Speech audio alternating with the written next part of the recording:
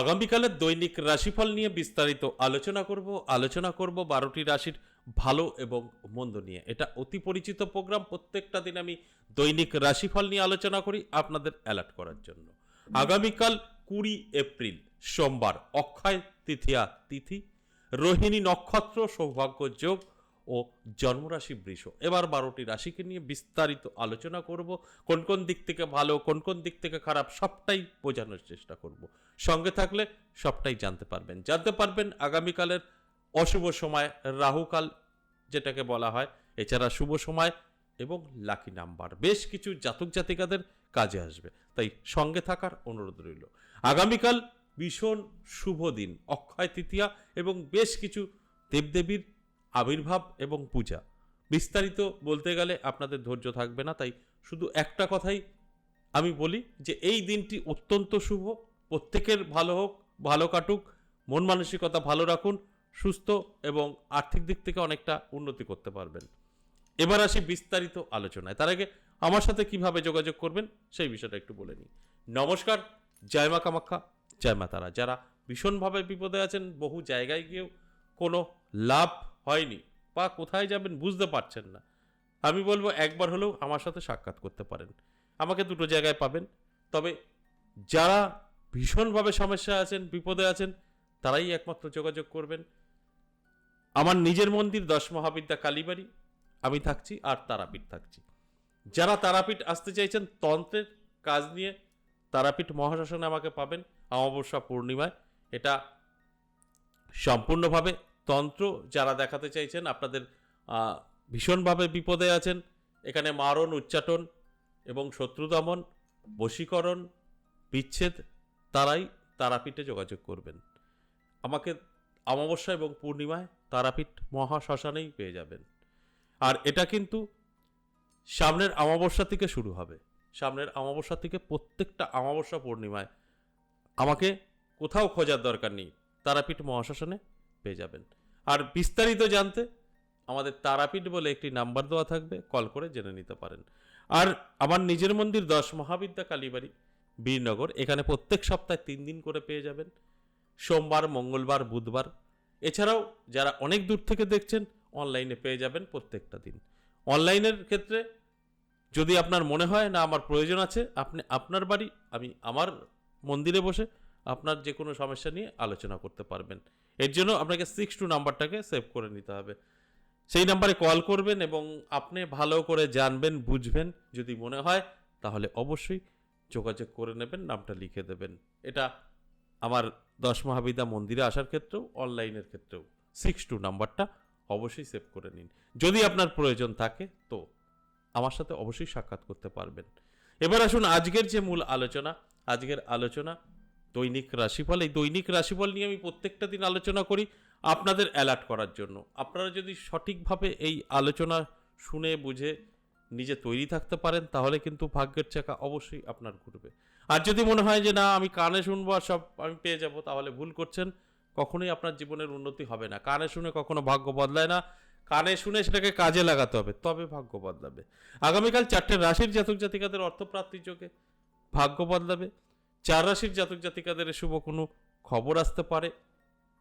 আর 4টে রাশি সাবধান থাকতে হবে, কারণ প্রত্যেকের তো ভালো হতে পারে না, আবার প্রত্যেকের খারাপও হতে পারে না। ভালো খারাপ উভয় নিয়েই আমাদের চলতে হবে। সেখানে দাঁড়িয়ে অবশ্যই আমি বলবো যে যে 4টে রাশির ভালো, যে 4টে রাশির খারাপ, যে 4টে রাশির শুভ খবর, আপনারা সবাই কিন্তু আপনার জীবনে উন্নতি করতে পারবেন। কারণ আপনি যখন জানতে পারবেন যে আপনার খারাপ সময় আগামীকাল, তাহলে আপনি সেইভাবে তৈরি থাকবেন, সেগুলোকে এড়িয়ে যাবেন, অটোমেটিক ভালো থাকবেন। আর যারা জানতেই পারছেন যে আপনার ভীষণ শুভ, তারা তো বুঝতেই পারছেন, একটু চোখ কান খোলা রাখুন, সুযোগ পেলেই ঝাঁপিয়ে পড়ুন, ভাগ্য বদলাবে। কিন্তু এটা আপনাকে অ্যাপ্লাই করতে হবে। ওই যে বললাম, কানে শুনে কখনো আপনার জীবন পরিবর্তন হবে না, কানে শোনার পর আপনার জীবনে অ্যাপ্লাই করতে হবে, তবে গিয়ে কিন্তু আপনার জীবনে পরিবর্তন হবে।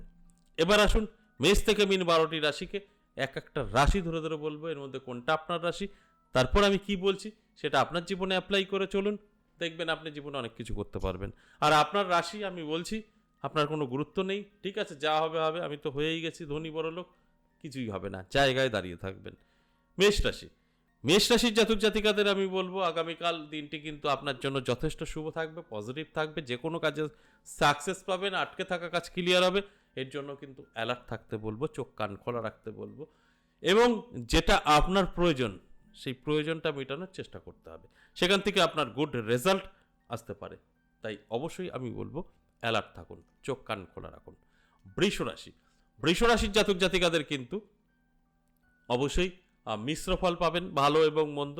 তাই আমি বলবো অ্যালার্ট থাকুন, চোখ কান খোলা রাখুন, ভালোটাই কিন্তু আপনি অ্যাচিভ করতে পারবেন, কারণ নানা দিক থেকে কিন্তু আপনার একটা সুযোগ আসবে, এবং সেই সুযোগটা যদি হাতছাড়া করে দেন তাহলে কিন্তু অনেক কিছু থেকে পিছিয়েও পড়তে পারেন। তাই এখানে মিশ্র ফল, আপনি কোনটা নেবেন এটা আপনার উপরে নির্ভর করছে। মিথুন রাশির জাতক জাতিকাদের সাবধান থাকতে বলবো, হঠাৎ করেই আপনার মান যশ খ্যাতি কমে যেতে পারে, বদনাম সমালোচনা হতে পারে, কোনো অপরাধ না করেও কিন্তু আপনি বদনামে পড়ে যেতে পারেন, এটা আপনার খুব কাছের কেউ করতে পারে। এর জন্য আপনাকে অ্যালার্ট থাকতে হবে, নিজেকে একটু গুটিয়ে রাখতে হবে, দেখবেন আপনি সেফ থাকবেন। কর্কট রাশির জাতক জাতিকাদের ক্ষেত্রে যদি বলি তাহলে বলবো আপনার জন্য সময়টা অত্যন্ত শুভ, প্রাপ্তিযোগ, হঠাৎ ভাগ্য বদলাতে পারে, নানা দিক থেকে কিন্তু অর্থ এসে আপনার হাতে ধরা দিতে পারে। এর জন্য অবশ্যই অ্যালার্ট থাকুন, চোখ কান খোলা রাখুন, চেষ্টা পরিশ্রম করুন, দেখবেন আমার কথাগুলো আপনি মিলিয়ে নিতে পারবেন। আর যদি মনে হয় যা হবে হবে, দেখে নেব বা বুঝে নেব, তাহলে কিন্তু আপনি মিলিয়ে নিতে পারবেন না। তাই আমার কাজটা হচ্ছে আপনাদেরকে জানানো এবং অ্যালার্ট করা।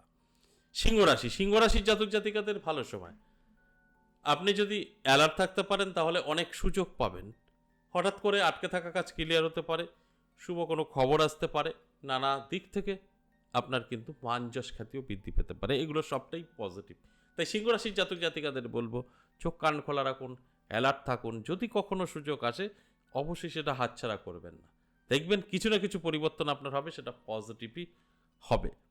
কন্যা রাশির জাতক জাতিকাদের একটু সাবধান থাকতে বলবো, নানাভাবে কিন্তু প্রেশার আসতে পারে, ব্যবসায়িক দিক থেকে কিছুটা সমস্যা তৈরি হতে পারে, তাই ব্যবসাও আপনার খুব একটা ভালো চলবে না, মানসিক চাপ বৃদ্ধি পাবে, এগুলো কিন্তু অবশ্যই মাথায় নিয়ে চলতে হবে, তাহলেই আপনি সঠিকভাবে নিজেকে এগিয়ে নিয়ে যেতে পারবেন। আর যদি মনে হয় যা হবে হবে, আমি দেখে নিচ্ছি বুঝে নিচ্ছি, তাহলে কিন্তু কোনোটাই হবে না, পিছিয়ে পড়বেন, অনেকটাই পিছিয়ে পড়বেন। তাই আমি অ্যালার্ট করার জন্যই এই আলোচনাগুলো করি। তুলা রাশির জাতক জাতিকাদের যথেষ্ট ভালো সময় থাকবে, নানা দিক থেকে কিন্তু সুযোগ সুবিধা আসবে, আর্থিক উন্নতি হবে, চোখে পড়ার মতো, ফাটকা থেকেও অর্থ আসতে পারে। তাই অ্যালার্ট থাকতে বলবো, চোখ কান খোলা রাখতে বলবো, দেখবেন আমার কথাটা আপনি মিলিয়ে নিতে পারবেন, কোনো না কোনো জায়গা থেকে আপনার কাছে কিন্তু অর্থ আসবে, এবং সেই অর্থ আপনার জীবনকে বদলে দেবে।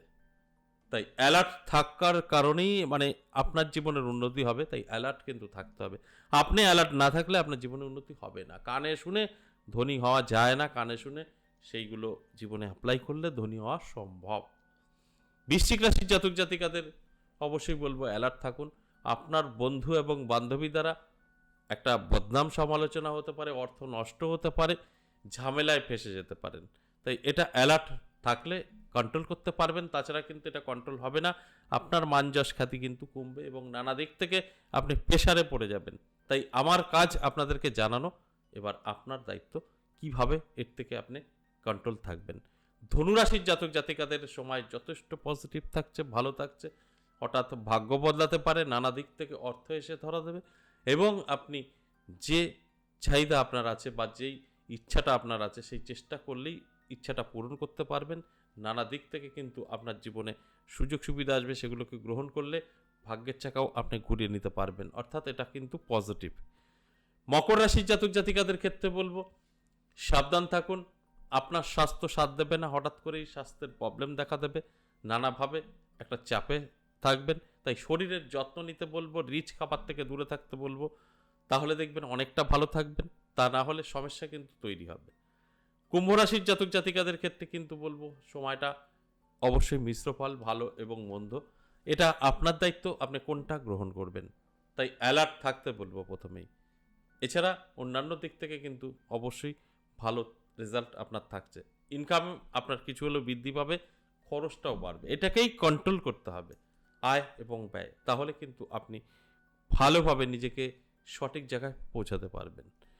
এরপর সর্বশেষ মীন রাশি, মীন রাশির জাতক জাতিকাদের কিন্তু একটু সাবধান থাকতে বলবো, নানাভাবে প্রেশার আসতে পারে। আপনার স্বাস্থ্যের দিক থেকে বহুদিন ধরে সমস্যায় আছেন, তাদেরও কিন্তু একটু বড় ধরনের সমস্যার সম্ভাবনা আছে।